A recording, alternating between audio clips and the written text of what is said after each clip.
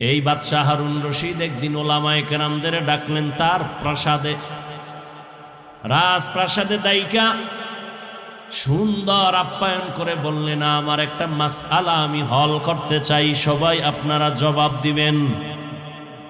বলে কত কঠিন? বলে না কঠিন না, আমার প্রশ্ন বড় সহজ।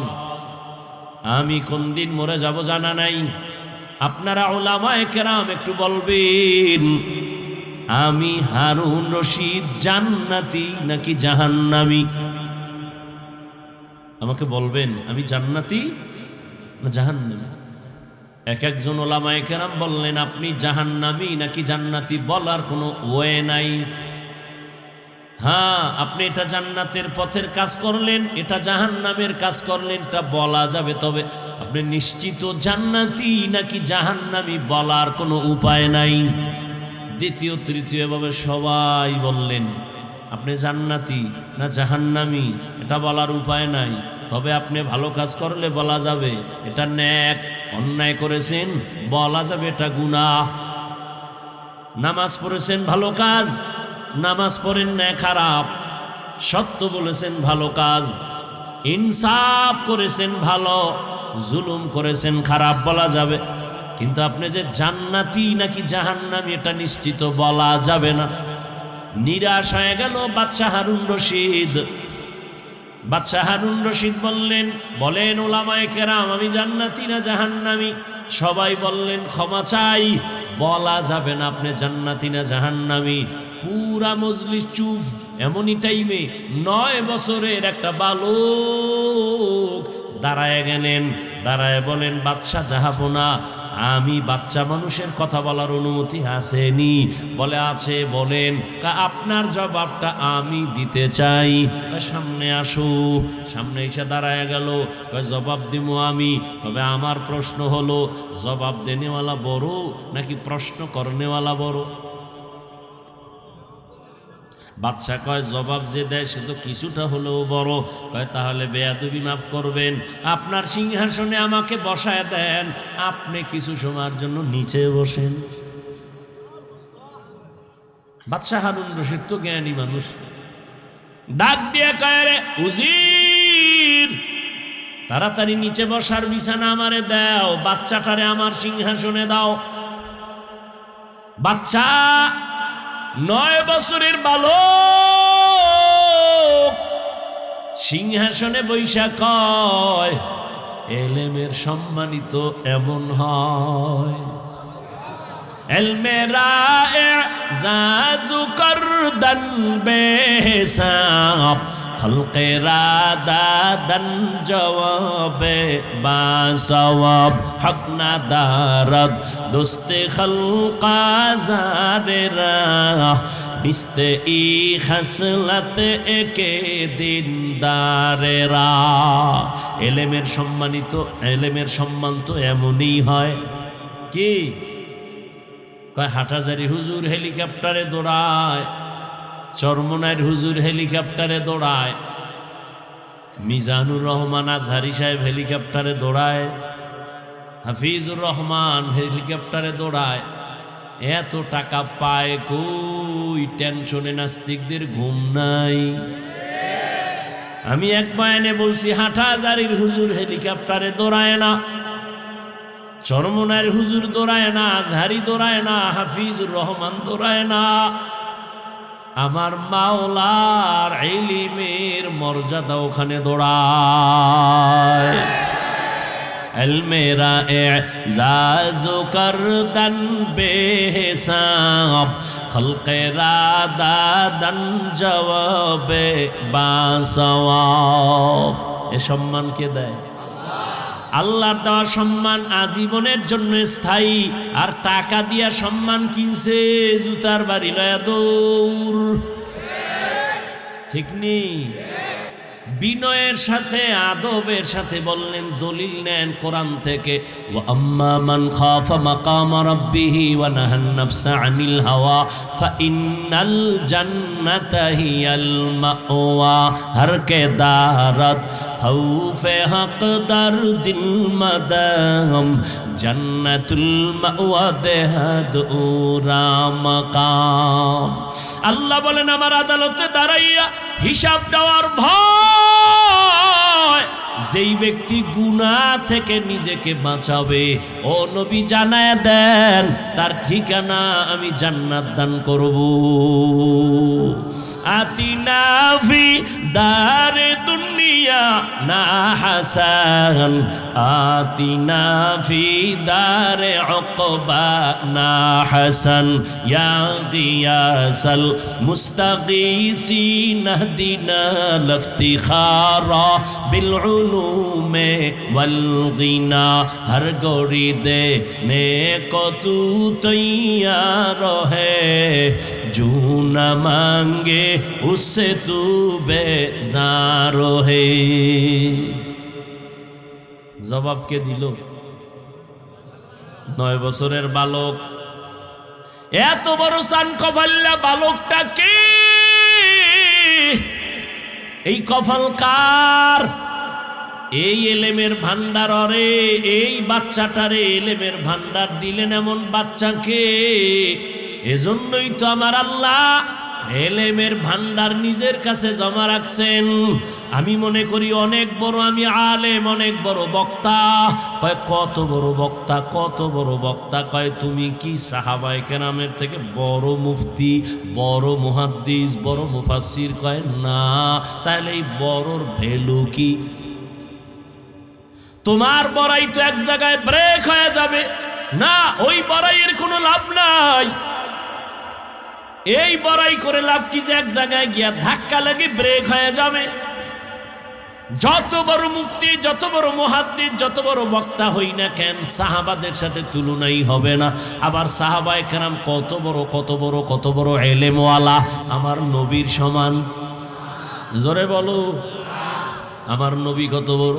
নবী কয় আল্লাহ আমারে এত বেশি ইলম দান করেছেন, উতিতু ইলমাল আউয়ালিন ওয়াল আখিরিন। আল্লাহ আমাকে আউয়াল আখিরের ইলম সব দিবেন। আদমের যা দিবেন ওটাও আমারে দিবেন, মুসা নবীর যা দিবেন ওটাও আমাকে দিবেন, ঈসা নবীকে যে ইলম দিবেন তা আল্লাহ আমাকেও দিয়েছেন, ইব্রাহিম নবীর যা দিবেন তাও আমারে দিবেন। আর আল্লাহ আমারে এত দেন কেন? দেন কেন? আল্লাহ আমারে বেশি আদর করে। মুসা নবী আল্লাহর বন্ধু, ঈসা নবী আল্লাহর বন্ধু, ইব্রাহিম আল্লাহর বন্ধু, ইসমাইল আল্লাহর বন্ধু, দাউদ নবী আল্লাহর বন্ধু, নূহ নবী আল্লাহর বন্ধু, আমি মুহাম্মদ আল্লাহর বন্ধু। তবে ব্যবধান, সব নবী রাসূল আমার আল্লাহ তাআলার আশিক, আর আমার আল্লাহ নিজে হলেন মুহাম্মদের আশিক। ওগো নবীর উম্মতেরা,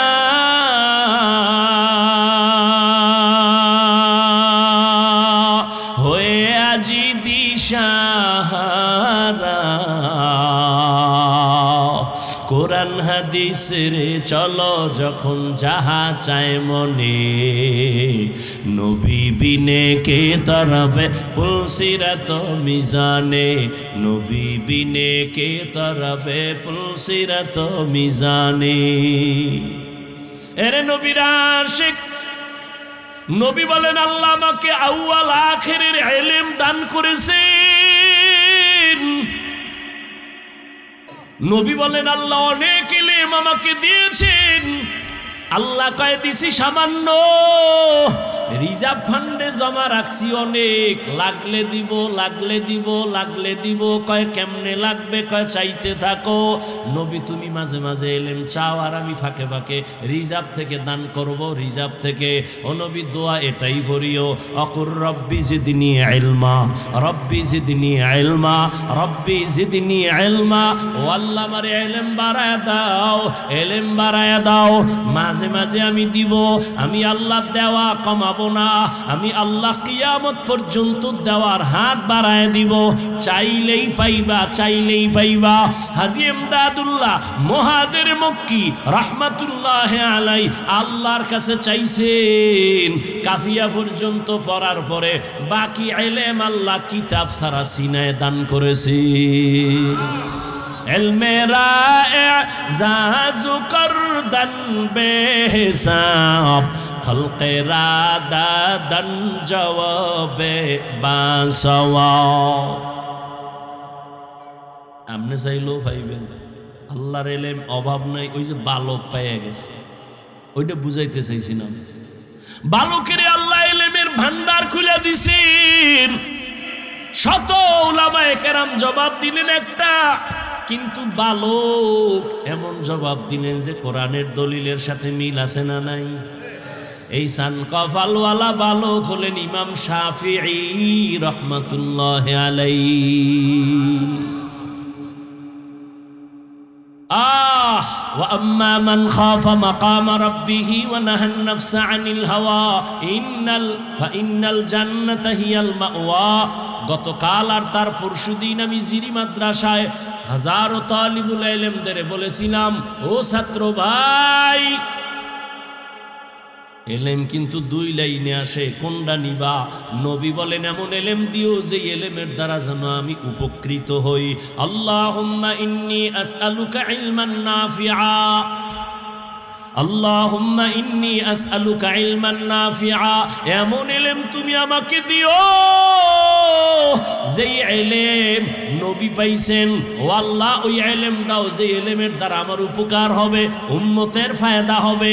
আমার এলেম দিয়া যদি আমার আদব শিখতে না পারি, এই এলেম এলমে নাফে না। আমার এলেম যদি আমাকে বিনয়ী করতে না পারে, ওই এলেম এলমে নাফে না, উপকারী এলেম না, এটা ইবলিসি এলেম। আমার এলেম যদি আমাকে খালি ফুলায় ফুলায় বড় বড়, আনা খায়রুম মিনহু, আনা খায়রুম মিনহু, আমি সবার থেকে ভালো, সবার থেকে ভালো, এটা মদিনার এলেম না, এটা ইবলিসের এলেম। ও ছাত্র বাবারা, কলিজার টুকরা তালিবুল ইলম, এলেম যদি চাও, আল্লাহর কাছে রহমতের নবী যদি দোয়া করেন, ইন্নী আসআলুকা ইলমান নাফিআ, এলেম দিয়া যদি ওস্তাদের দোয়া নিতে না পারো, ওই এলেম তো ইলমে নাফে না। এলেমের দ্বারা যদি মা বাবার থেকে দোয়া নিতে না পারো, ওই এলেম তো ইলমে নাফে না। এলেমের দ্বারা যদি মানুষের সাথে ভালো আচরণ দেখাইতে না পারো, ওই এলেমটা ইলমে নাফে না, এটা উপকারী এলেম না, এটা ধ্বংস করার এলেম। আর ধ্বংস হয়েই যাইতেছে, টের পায় না।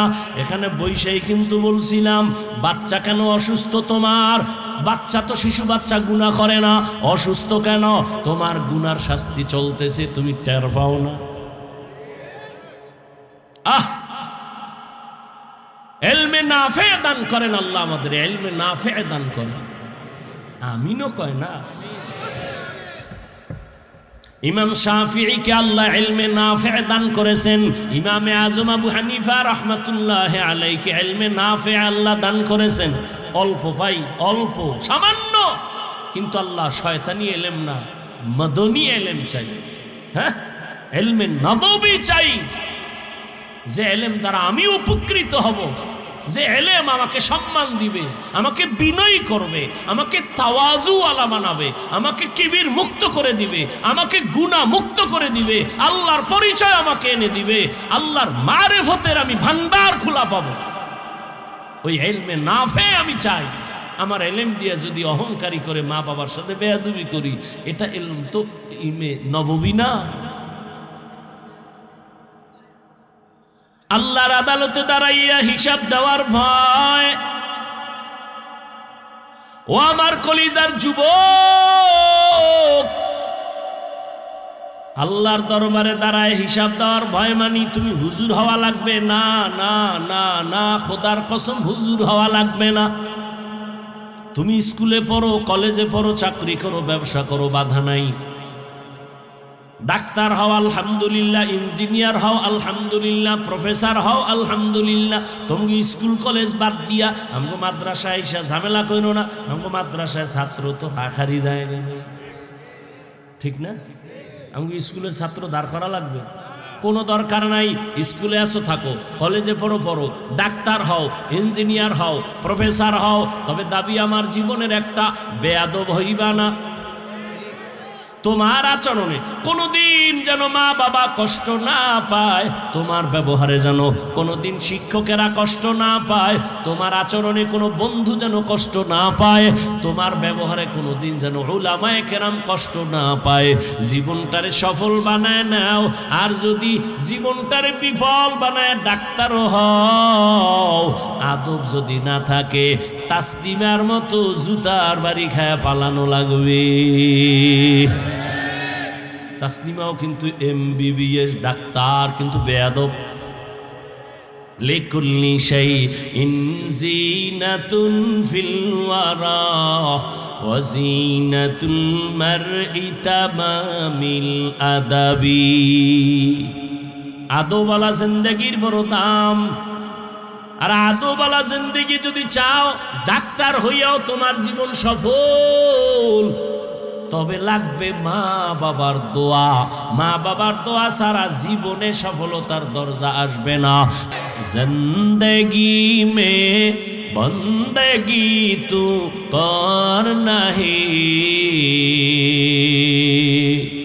জিন্দেগি মে বন্দেগি তু কর নাহি, जिंदगी बे बंदगी शर्मिंदा है, जिंदगी बे बंदगी शर्मिंदा है। दुनिया में हो दुनिया का तलबगार न हो, बाजार से गुजर हो खरीदार न हो। ये दुनिया एक मिसल कागज फूल है, ये दुनिया एक मिसल कागज फूल है। जिंदगी में बंदगी तू कर नहीं, जिंदगी में बंदगी तू कर नहीं, जिंदगी बे बंदगी शर्मिंदा है, जिंदगी बे बंदगी शर्मिंदा है। यहाँ हम सब मुसाफिर दिल ना लगा, अहले दिल की नजर से रूह करता जा। यहाँ हम सब मुसाफिर दिल ना लगा, अहले दिल की नजर से रूह करता जा। शाह दौलत सब फकीर गर नेक नेहे, शाह दौलत सब फकीर गर नेक नेहे। जिंदगी में बंदगी तू कर नहीं, जिंदगी में बंदगी तू कर नहीं, जिंदगी बे बंदगी शर्मिंदा है, जिंदगी बे बंदगी शर्मिंदा है। जिंदगी में बंदगी कुन बंदगी, बंदगी बे जिंदगी शर्मिंदगी। দুনিয়ায় ইমান নিয়ে বেঁচে থাকা কঠিন, ইমান নিয়ে মরা তো আরো কঠিন। চাইলেও এখন আর নেক আমল করার রাস্তা সহজ হয়ে যায় নাই, কঠিন হইতেছে দিন দিন।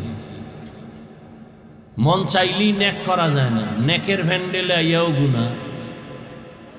এত সুন্দর নেক কাজের প্যান্ডেল, বেহেশতের বাগান, বাড়ির থেকে ওয়াজে যাই বইলে আইসাও ওয়াজে ঘুরে আর মার্কেট করে আর উল্টা পাল্টা গল্প করে কবিরা গুনাহ করে। নাই কি এই ওয়াজ উপলক্ষে দোকানপাট নাই? সেখানে আম্মাজান আর বোনেরা নাই? বিপরীত সাইডে পজিটিভ নেগেটিভ নাই, যুবক যুবক নাই, সওয়াব না কবিরা গুনাহ। ওয়াজ হবে, কোরআনের বয়ান হবে, কান্নাকাটি হবে, দোয়া হবে, ওই জাহান্নামের বাগান কেন ওয়াজের উপলক্ষে? দুই একটা দোকান থাকতে পারে, চা বিস্কিট, মানুষ পেরেশান হয়ে আসবে, ক্ষুধার তৃষ্ণা, একটু চা পান করতে পারে। খেলনার দোকান কেন? বেলুনের দোকান কেন? এমন দোকান কেন যেখানে মহিলা আসবে, সুযোগ পাবে? এখানে না, সব জায়গায়। ওখানের কবিরা গুনার দায়ভার কে নিবে? কথা বুঝেননি? হ্যাঁ, বুঝে থাকেন, খোলার দরকার নেই, ভালো করে বুঝেন। বড় কঠিন। এমন দুনিয়া আইছে, মরবি না তোরে পিডায় মারবে। প্রতিযোগিতা চলতেছে মানুষ মারার, প্রতিযোগিতা। আর আমার দেশের যুবকেরা নাকে তেল লাগায় ঘুমায়, দেশ স্বাধীন। আর ঢাকাতে সাংবাদিক সামনে নিয়ে সম্মেলন করে মহিলা বোনেরা, আমগো দেহ ব্যবসার অধিকার আবার ফেরত চাই। আর তুমি নাকে তেল লাগায় ঘুমাও স্বাধীন। মুসলমান তো ঘুমাতে পারে না, চতুর্মুখী ষড়যন্ত্রর দাবানাল চলতেছে। বেঈমানরাও পাগল, মুনাফিকরাও পাগল। মুসলমানের সাথে একসাথে মিশে খাইয়া লইয়া আবার গোপন খবর বেঈমানকে জানায়। মাদ্রাসা উপরে আক্রমণ, উলামাদের উপরে আক্রমণ। আমি সেদিনও বলেছি, আজও বলি, মুসলমান তো নাকে তেল দিয়ে ঘুমাবে সেদিন নিশ্চিন্তে, যেদিন এদেশের জমিন কোরআন দিয়ে চলবে, দিন ইসলামী স্টেট কায়েম হবে। মুসলমান তো নাকে তেল লাগায় ঘুমাবে সেদিন, যেদিন এদেশের প্রত্যেকটা মাদ্রাসা আর মসজিদের কমিটিতে বেনামাজি সুদখোর থাকবে না। যেদিন মুসলমান তো নাকে তেল দিয়ে ঘুমাবে সেদিন সারা দেশ জুড়ে, দুনিয়া জুড়ে দ্বীনের দাওয়াত চলবে, কোরআনের কথা চলবে, কোনো বেনামাজির থেকে অনুমতি লাগবে না সেদিন।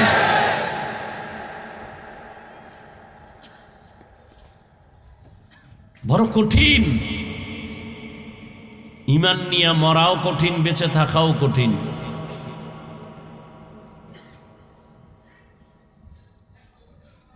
আল্লাহ আমাদের সব ভাইকে হেদায়াত দান করেন। ভালো হয়ে চলবেন, চলতে দিবে না। চলতে 10 জন বন্ধু এক জায়গায় হইয়া বিড়ি টানতেছে, এক বন্ধু কয় আমি টানমু না, কয় জবাই কিরালাম। আমরা আকাম করমু, তুই পবিত্র থাকবি না, হবে না। কি মিশা করতেছি? ভালো থাকতে চাই, থাকতে দিবে না। মিথ্যা ষড়যন্ত্র মাথার উপরে।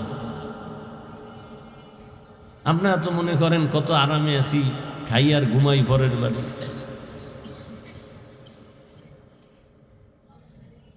এক ষড়যন্ত্রের শিকার, বিভিন্নভাবে মামলা হামলা, এখনো মাথার উপরে মামলা কয়েকটা।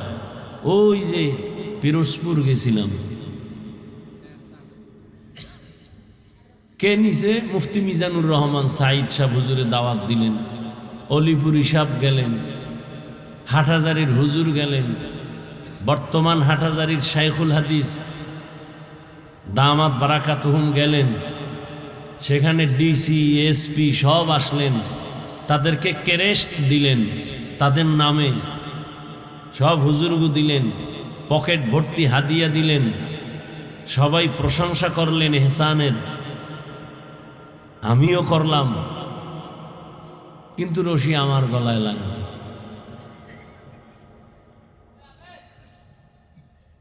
অথচ হারাম একটা অংশ এই জিন্দেগিতে নাই। আল্লাহর শুকর, আমার বাপ তো ওই বাবা, পৃথিবীতে আসার থেকে আজ পর্যন্ত কোনোদিন একটা ফুল প্যান্ট কেন, হাফ প্যান্টও জীবনে বাবা পরাননি। ছোটবেলা হয়তো লুঙ্গি পরেই আসছে, আর এখনো সেই লুঙ্গি।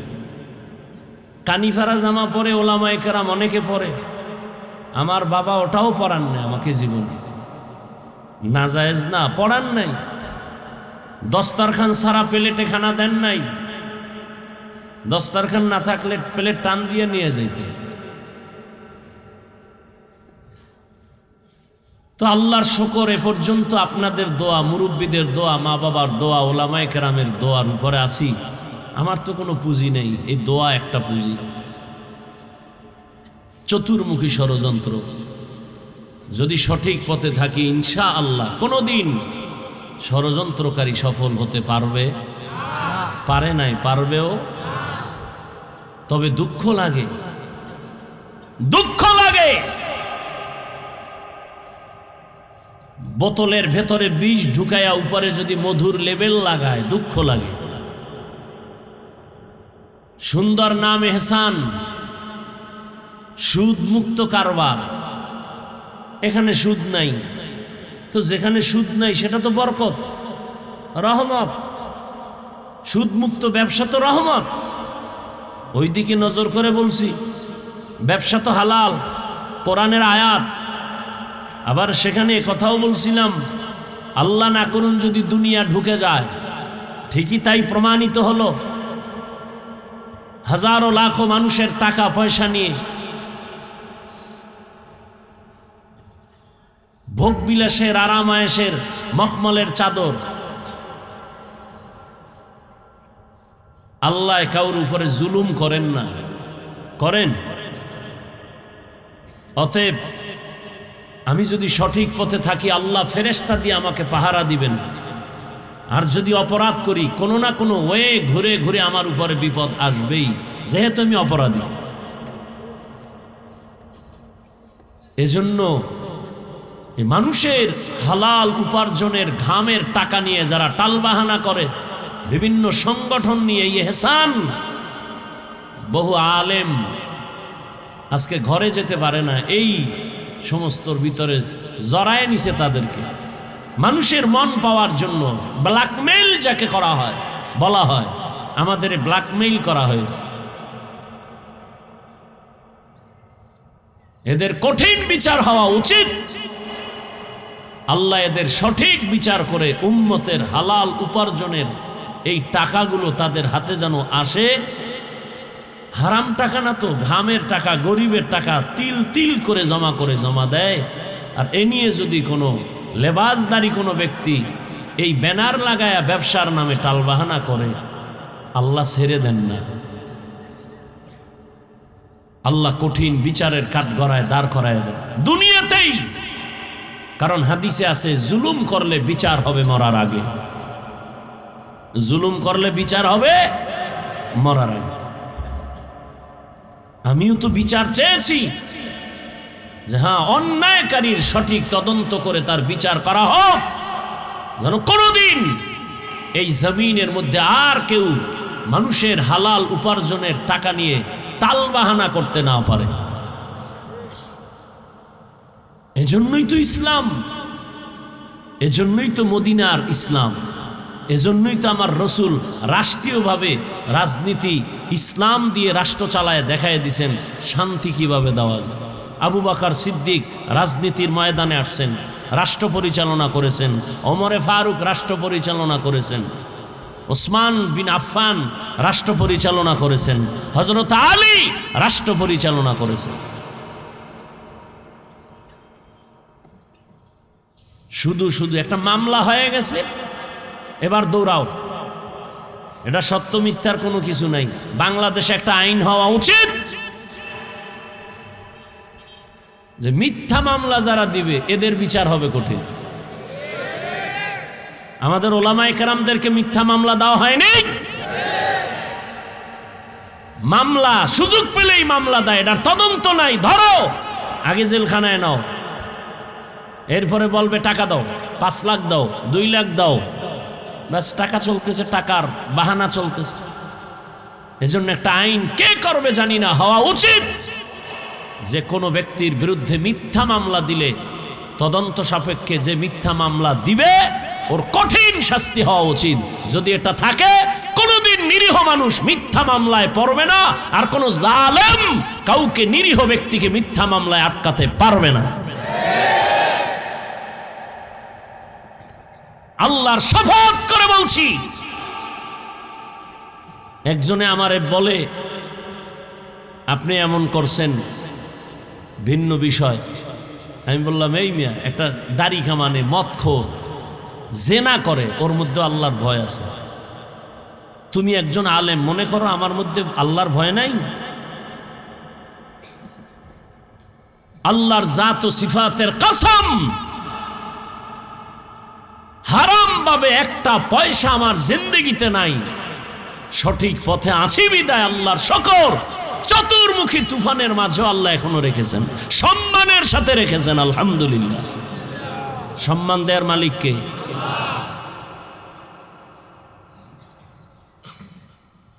বলতে চাই না, কত মানুষ আছে মুরব্বী দোয়া করবে, শুধু শুধু শুধু শুধু পেরেশানি মানুষের মধ্যে। এখনো জেলখানাতে বাইরে হইছে আলেম ওলামা, কিন্তু হাজিরা দেওয়া লাগে।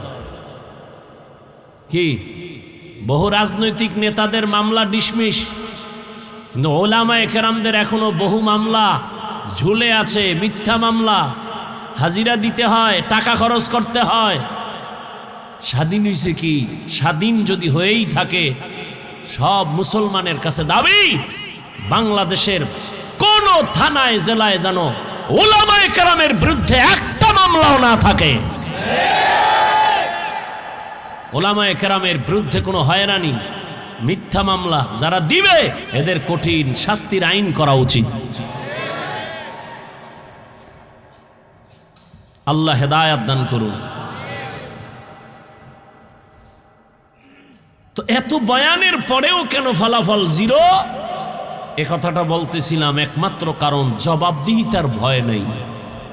এজন্য আল্লাহ বলে, এ ভাই সাউন্ড কমে কেন? মনিটরের সাউন্ড, বক্সের সাউন্ড বাড়াও, কানে আওয়াজ না আসলে কথা হবে না। টাইম শর্ট, আর 10-15 মিনিট আছে। ওয়া আম্মা মান খাফা মাকামা রাব্বিহি ওয়া নাহান নাফসা আনিল হাওয়া ফাইন্নাল জান্নাতা হিয়াল মাওয়া।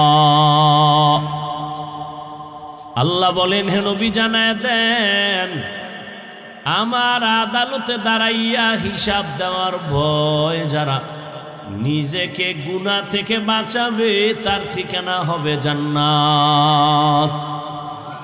হর কে দারদ খৌফে হক দার দিল মাদাম জান্নাতুল মাওয়া দেহাদ উরা মাকাম জুজবা হকচি জে মখাজ ইনসো জা ফজলে ওয়া মস্তে দর জুমলা জাহান। বড় কঠিন আল্লাহর আদালত, বড় কঠিন। এমন কঠিন হবে, নবীরা পর্যন্ত কান্নায় বিভোর হয়ে যাবেন, উম্মতের কথা ভুলে যাবেন। জমিনের একজন বুজুর্গ রাষ্ট্রনায়ক, জমিনের রাষ্ট্র পরিচালনা করে বাদশাহ হারুন রশিদ, বড় বুজুর্গ, নাম শুনেন নাই? এই বাদশাহ হারুন রশিদ একদিন ওলামায়ে কেরামদের ডাকলেন তার প্রাসাদে, রাজপ্রাসাদে দাইকা সুন্দর আপ্যায়ন করে বললেন, আমার একটা মাসআলা আমি হল করতে চাই, সবাই আপনারা জবাব দিবেন। বলে, কত কঠিন? বলে, না কঠিন না, আমার প্রশ্ন বড় সহজ। আমি কোন দিন মরে যাব জানা নাই, আপনারা উলামায়ে কেরাম একটু বলবেন, আমি হারুন রশিদ জান্নাতি নাকি জাহান্নামী? আমাকে বলবেন, আমি জান্নাতি না জাহান্নামী? এক একজন উলামায়ে কেরাম বললেন, আপনি জাহান্নামী নাকি জান্নাতি বলার কোনো ওয়ে নাই। হ্যাঁ, আপনি এটা জান্নাতের পথের কাজ করলেন, এটা জাহান্নামের কাজ করলেন, এটা বলা যাবে, তবে আপনি নিশ্চিত জান্নাতি নাকি জাহান্নামী বলার কোনো উপায় নাই। দ্বিতীয় তৃতীয় ভাবে সবাই বললেন, আপনি জান্নাতি না জাহান্নামী এটা বলার উপায় নাই। তবে আপনি ভালো কাজ করলে বলা যাবে এটা নেক, অন্যায় করেছেন বলা যাবে এটা গুনাহ। নামাজ পড়েছেন ভালো কাজ, নামাজ পড়েন না খারাপ, সত্য বলেছেন ভালো কাজ, ইনসাফ করেছেন ভালো, জুলুম করেছেন খারাপ বলা যাবে। কিন্তু আপনি যে জান্নাতি নাকি জাহান্নামী এটা নিশ্চিত বলা যাবে না। নিরাশ হয়ে গেল বাদশা হারুন রশিদ। তার স্ত্রীর নাম কি? এই জুবায়দা। এরে পর্দার আড়ালের আম্মা জানেরা, ভালো করে শুনেন। ওই বাদশা হারুন রশিদের স্ত্রী জুবায়দা কত দামি একজন আল্লাহর বান্দি। বাইতুল্লাহর পাশে দাঁড়াইছে। কষ্ট হয় আপনাদের? কষ্ট আমার হয়। উড়া বসা করেন কেন? কি ঘুমাইবেন? দুনিয়ার পিছনে সব জীবন কাটাইলেন, আল্লাহর জন্য কি দিলেন? জিন্দেগিটার বরবাদ করলেন। না মাইয়া ফলার হক আদায় করলেন, না বউয়ের হক আদায় করলেন। এক মোবাইল দিয়ে দিছে বেঈমানের বাচ্চাগুলো, এখন সারা রাতে মোবাইলের হক আদায়ে ব্যস্ত। আল্লাহর কাছে এটা তো কইতে পারবো যে আল্লাহ, মাইয়া বলা বউ না হইল মোবাইলের হকটা আদায় করছে। হই আমি মাঝে মাঝে উদাহরণ দেই না, রমাজানে দেখবেন ইফতারির সময় রোজাদারের আগে বেরোজাদার দুই সাইডটা ঢুকতে পারলে হোমানে আজান আছে 5 মিনিট বুট খায়। কি বুট খাও কেন? রোজা রই নাই, আব্বা এরা না আমিও রই। এরা যে খাওয়ন শুরু করছে আর বন্ধ নাই, ফাঁকে ফাঁকে খাইতেছে। ইমাম সাহেব নামাজও পড়িরা দেখে এখনো খায়। নামাজ জীবনে পড়ি নাই, বাবাও পড়ে নাই, তো ইফতারি কেন খাও? কিয়ামতের দিন আল্লাহ নাকি অনেক রাগ নিয়ে দাঁড়াবেন আদালতে। ধমক দিয়া যদি বলেন, এই বেঈমান, রোজা রাখছুনি রাখি নাই, নামাজ পড়ছুনি পড়ি নাই, আল্লাহ যদি বলি এই ফালা ইফতারিটাও কি খাইতে পারলি না? এই উসিলায় যদি একটু লাইন পাওয়া যায়। ওই যে এক সোরার ঘরের সোরা বেয়াদব, ছবি তোলার জন্য ভাগল। একজনে এক কান্দে হাত দিয়ে কয়, হুজুর একটা সেলফি। কেন? কয় যদি আল্লাহ উসিলায় মাফ করে। তো বড় দাজ্জাল। আল্লাহ হেদায়েত দান করে। আমি বানায় কই না, এগুলি হইতেছে। দেখেন না স্টেজ উঠবো, লাইন দিয়া হাত বাড়াই দিস, ওই হ্যাঁ তো নাম হাত যে বাড়াইছে ওদিকে মামাতে মোবাইল ছবি তুলব। এই এই এই হাত বাড়ানে কোনো সওয়াব আছে? এই জন্য আমি 8টা রাস্তা পকেটে ঢুকে গেছি। না, গুনার সহযোগিতা তো আমি করতে পারি না। অথচ মোনাজাতের পরে হাজার হাজার মানুষের সামনে কষ্ট স্বীকার কইরা বইয়া বইয়া আবার মুসাফা করি, এটা কারো চোখে বাজে না? ওই হারুন রশিদের স্ত্রী জুবায়দা বাইতুল্লাহর কিনার স্বপ্নে দেখে বাইতুল্লাহর কিনারায় দাঁড়ানো আছেন, আর চতুর্দিক থেকে মানুষ এসে জুবায়দার সাথে খারাপ আচরণ করতেছে, জেনা করতেছে। বুঝেননি কিছু? না ঘুমাইতেছেন? জুবায়দা কই দাঁড়ানো? স্বপ্ন দেখতেছে বাইতুল্লাহ দাঁড়ানো, আর চারদিক দিয়ে মানুষ কি করতেছে? অপকর্মের জন্য পাশে এসে দাঁড়ায় গেছে, অন্যায় করতেছে। স্বপ্নের ব্যাখ্যা তো সবাই দিতে পারে না। একজনের স্বপ্ন দেখছে মরা লাশের সামনে আব্বাজান, নবী পিছনে সে ইমাম, জানাজার ইমাম, হে নবী পিছনে মুক্তাদি। স্বপ্নের ব্যাখ্যা একজনের চাইছে, তোর বাপে মরে গেছে, খবর ল, যাই দেয় শীতপটন হয়ে গেছে। কারণ নবীর সামনে ইমামতি কারো জায়েজ নাই, হারাম। জুবায়দা স্বপ্ন দেখা স্বপ্নের ব্যাখ্যা করনেওয়ালা একজন বিজ্ঞ বড় আলেমের কাছে চলে গেল। স্বপ্নের ব্যাখ্যাকারী ডাক দিয়া কয়, কে স্বপ্ন দেখেছে? বলে বিশ্বের একজন রাষ্ট্র নায়কের স্ত্রী রাজরানী জুবায়দা, কয় ওর কপাল সান কপাল্লা জুবায়দা। ও যে স্বপ্ন দেখছে বাইতুল্লাহর কিনারায় দাঁড়ানো আর চারদিকের মানুষ জেনা করে, এই জুবায়দার হাতের টাকা দিয়া বাইতুল্লাহর পাশে এমন খেদমত হবে যেই খেদমতের অংশে সবাই দুনিয়ার মানুষ গ্রহণ করবে। এই সান কপাল জুবায়দার। ঠিকই জুবায়দা নিজের টাকা দিয়া, সরকারি টাকা না, স্বামীর টাকা না, নিজের টাকা দিয়া জুবায়দা বাইতুল্লাহ মানুষ পানি পায় না, নহর খনন করলো। আজও মক্কা নগরীতে নহরে জুবায়দা নামের সে নহরের দেওয়াল আছে। এই জুবায়দার 100 কাজের মহিলা, 100 কয়শো? এই জুবায়দার কাজের মহিলা 5 ওয়াক্ত নামাজ পড়ে, কোরআনে হাফেজা, 100 নারী সবাই। জুবায়দা শিডিউল করে দিছে, আমার বাড়িতে যেন 24টা ঘন্টার সেকেন্ডে সেকেন্ডে কোরআন তেলাওয়াত হয়। তুমি আধা ঘন্টা করবা, এরপরে কাজে যাও, বাকি আধা ঘন্টা তুমি, এরপরে তুমি কাজে যাও, বাকি আধা ঘন্টা তুমি, এরপরে তুমি কাজে যাও।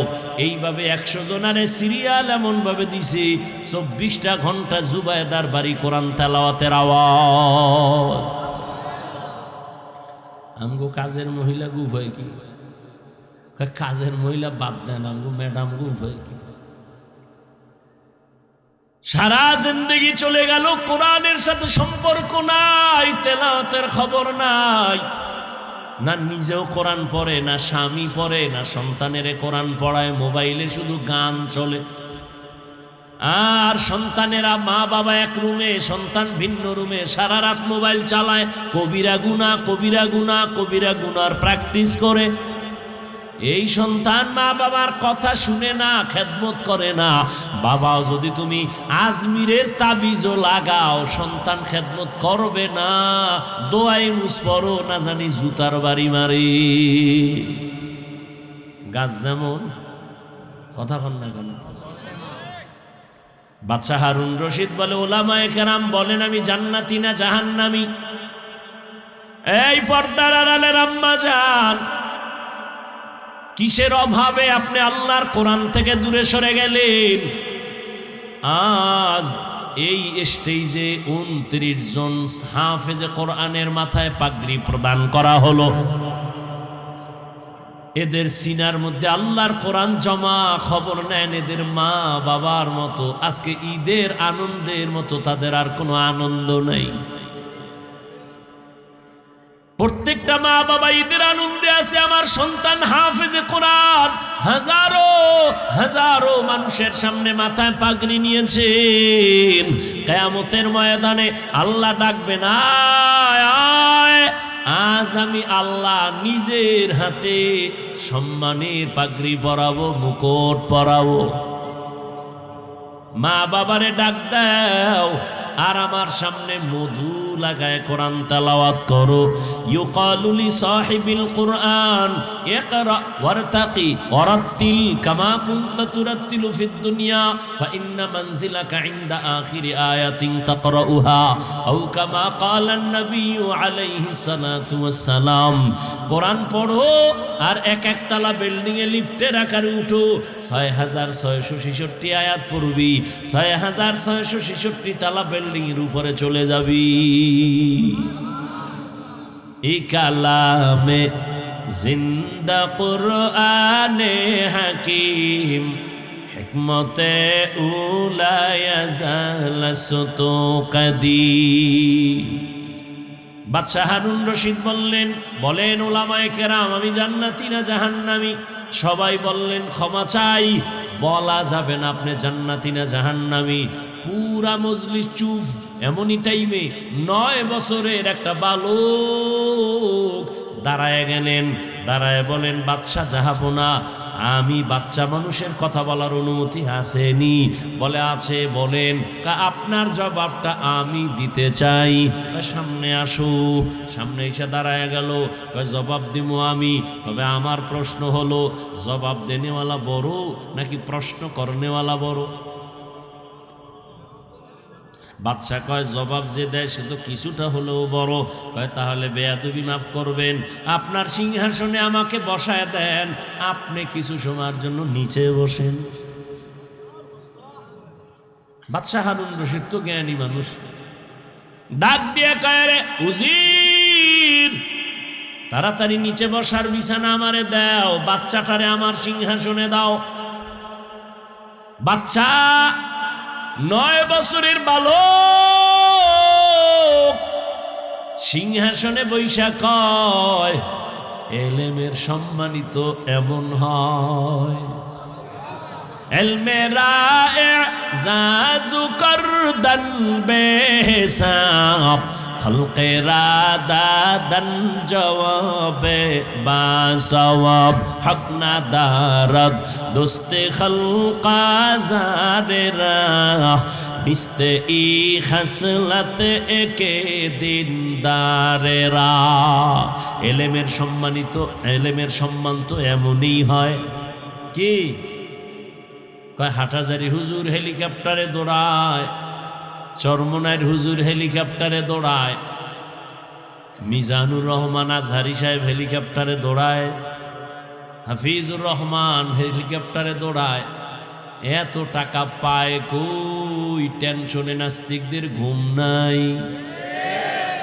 আমি এক বয়ানে বলছি হাটাজারির হুজুর হেলিকপ্টারে দৌড়ায় না, চরমনাইর হুজুর দৌড়ায় না, আজহারি দৌড়ায় না, হাফিজুর রহমান দৌড়ায় না। আমার মাওলার ইলমের মর্যাদা ওখানে দৌড়ায়। এলমেরা এজাজু করদন বেহিসাব খলকেরা দাদন জওয়াবে বাসওয়াব। এ সম্মান কে দেয়? আল্লাহর দেওয়া সম্মান আজীবনের জন্য স্থায়ী, আর টাকা দিয়া সম্মান কিনছে জুতার বাড়ি লয়া দৌড়। ঠিক নেই?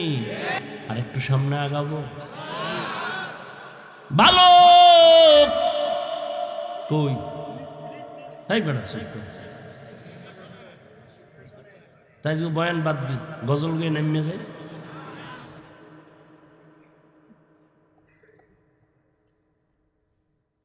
কোথায়? সিংহাসনে বয়া কয় এলেমের সম্মান তো এমনই হয়। এবার 9 বছরের বালক ডাক দিয়া কয় সাহেব জাহাপনা প্রশ্নটা আবার করেন। বলে প্রশ্ন হলো আমি জান্নাতি হারুন রশিদ নাকি জাহান্নামী? বালক বলে আমাকে একটা প্রশ্নের জবাব দেন, খুব খেয়াল করেন। কি? বলে আপনার জীবনে এমন কোনো অবস্থা হইছেনি যেই অবস্থাটার মধ্যে আপনি চাইলে গুনাহ করতে পারতেন কিন্তু এমনেই করেন নাই? কারো ভয় না, এমনেই আল্লাহর মোহব্বত নিয়ে করেন নাই? বলে হ্যাঁ, আমার জীবনে এমন সুযোগ হয়েছে আমি চাইলেই গুনাহ করতে পারতাম, আমার মালিকের ভয় আমি ইচ্ছা করে গুনার সুযোগ পাইয়াও গুনাহ করি নাই। বালক বলে আল্লাহর জাত ও সিফাতের সাক্ষী রেখে বলছি আপনি নিশ্চিত জান্নাতি। কয় বছরের বালক? এই যে বালকে ফতুয়া দিছে, হুজুরকে উপায় আছেন? হুজুরের রাখা কইলে কেমনে দাঁড়া, এই বালক কেমনে বলল, এই বালক কেমনে বললা, দলিল দাও।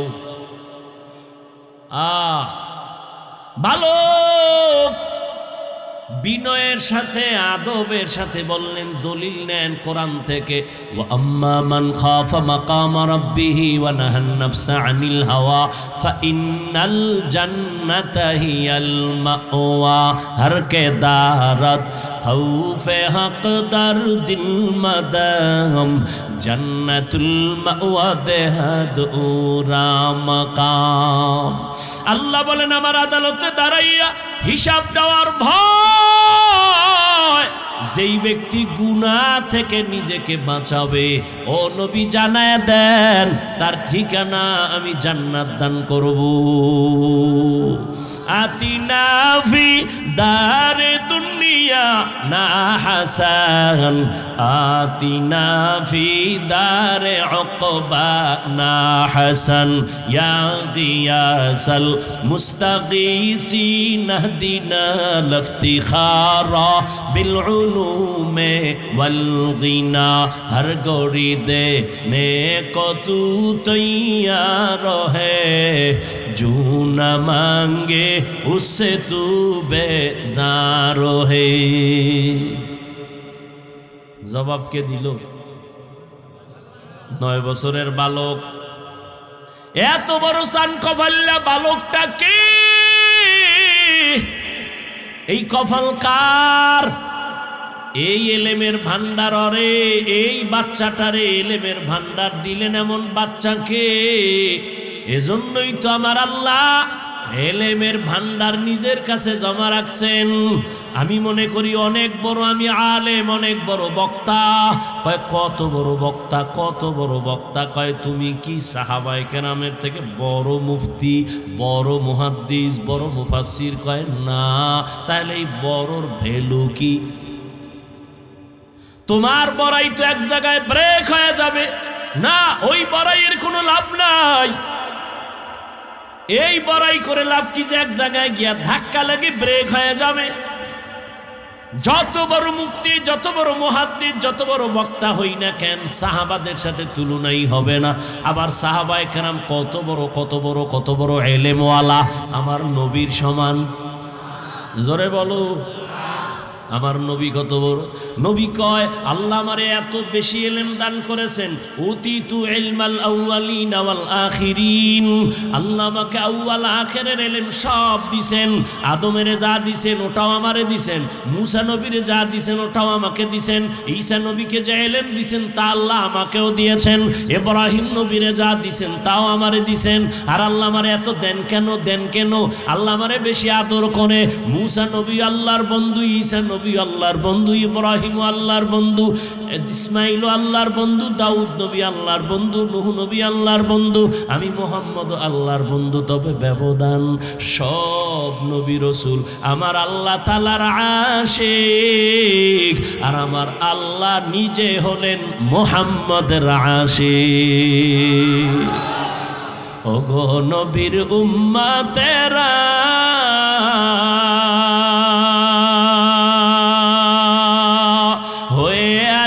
দিশাহারা কোরআন হাদিস রে চলো যখন যাহা চায় মনে, নবী বিনে কে তরবে পুলসিরাত মিজানে, নবী বিনে কে তরবে পুলসিরাত মিজানে। এরে নবীর আশিক, নবী বলেন আল্লাহ আমাকে আউয়াল আখিরের ইলম দান করেছেন। তার মানে কম না বেশি? ও ভাই ধৈর্য ধরলে কিছু কই, নাইলে সাইরে দিই।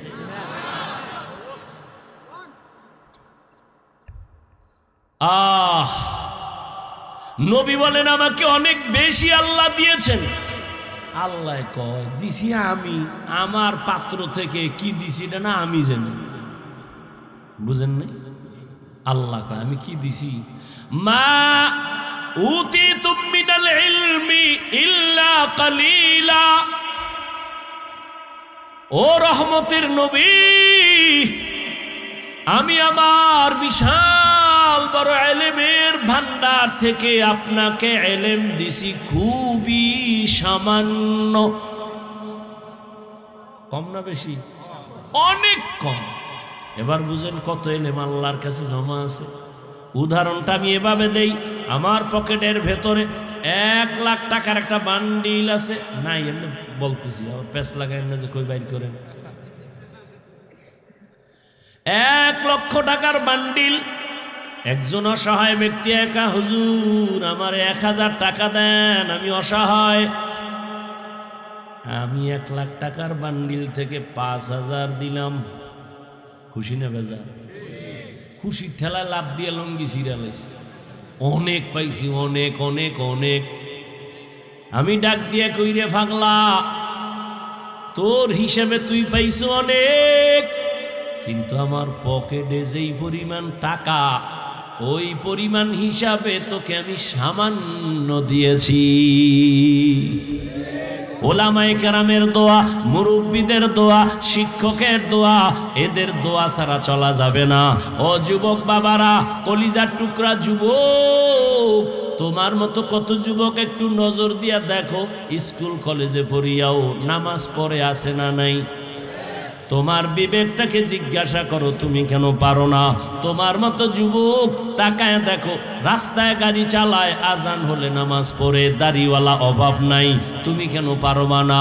তোমার মতো যুবক জেনারেল লাইনে থাকিয়া র্যাব, আর্মি, পুলিশ, বিডিআরের চাকরি করেন, কেন পারো না? তোমার মতো যুবক নদীতে মাছ ধরে, নামাজ ছাড়ে না, তুমি কেন পারো না? তোমার মতো যুবক ওই সিমেন্ট ফ্যাক্টরিতে গাধার মতো কাম করে, নামাজ ছাড়ে না।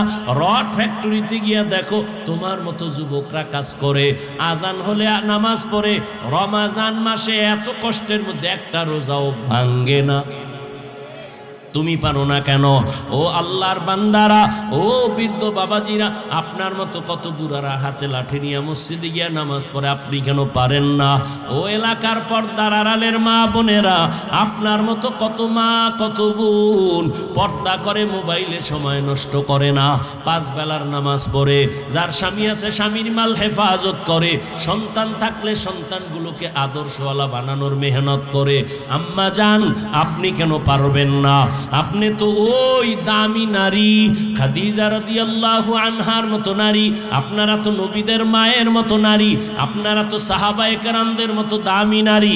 আরে সাহাবায়ে কেরামদের মা কত দামি। আজকে 29টা সন্তানকে পাগড়ি দেয়া হলো হাফেজে কোরআন, এদের মা কত কপালওয়ালা মা। আপনারা তো এদের মায়ের মতোই দামি মা। আপনারা তো আয়েশা রাদিয়াল্লাহু আনহার মতো দামি নারী, ফাতেমা রাদিয়াল্লাহু আনহার মতো দামি নারী, ইসমাইল নবীর মা হাজরা আলাইহা সালামের মতো দামি নারী, ঈসা নবীর মা মারিয়াম আলাইহা সালামের মতো দামি নারী। বেঈমান ফেরাউনের ঘরে স্ত্রীর নাম কি? আসিয়া।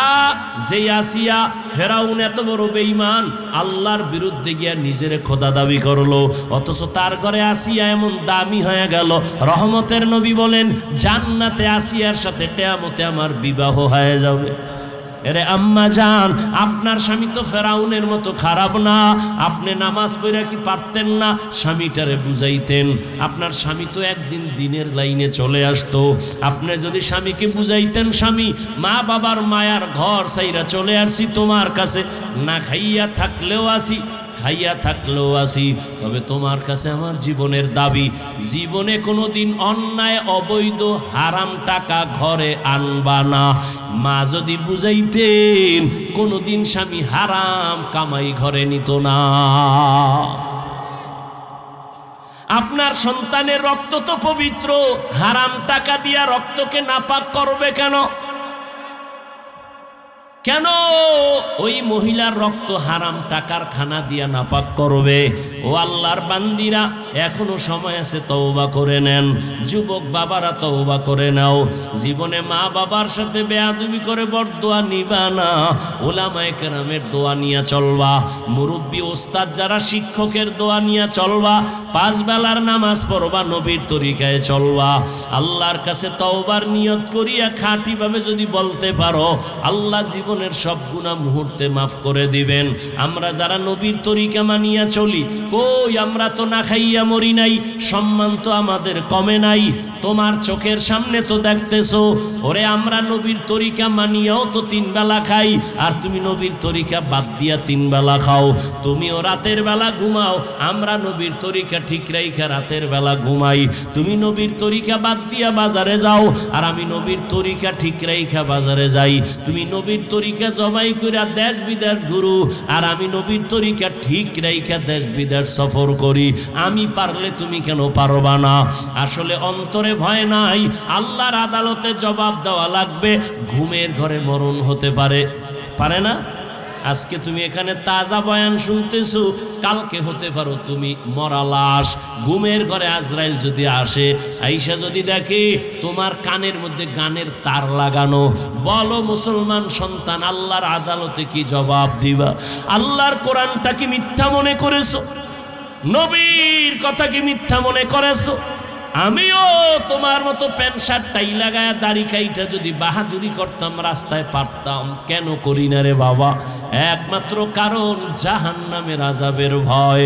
এই টুপির কারণে, দাড়ির কারণে, কওমি মাদ্রাসায় পড়ার কারণে কত বাজে কথা আমগো মানুষে বলে শুনি, আবার কত বিরুদ্ধে লেখালেখি করে, আবার কত ষড়যন্ত্র চলতেছে রে বাবা। এরপরে কোনো টুপি ফালাই না, নামাজ সারি না, দাড়ি কাটি না রে বাবা। একমাত্র কারণ গুনাহ নিয়ে কবরে যাব না, আল্লাহর আদালতে জাহান্নামী হয়ে দাঁড়াবো না। এই কারণেই তো আল্লাহর আদালত বড় ভয়ঙ্কর। নবীরা পর্যন্ত যে আদালতে কান্না করবেন, আমাদের উপায় কি হবে? অতএব তওবা করে নাও। আল্লাহর আদালত বড় ভয়ঙ্কর, গুনাহ নিয়ে দাঁড়াবো না। মনে মনে আল্লাহকে বলো, হে আল্লাহ, জীবনে তো শয়তানের ধোকায় পড়ে গুনাহ কম করি নাই। আমার গুনার কারণে আমার হাত না পাক, চোখ না পাক, জিহ্বা না পাক, অন্তর না পাক।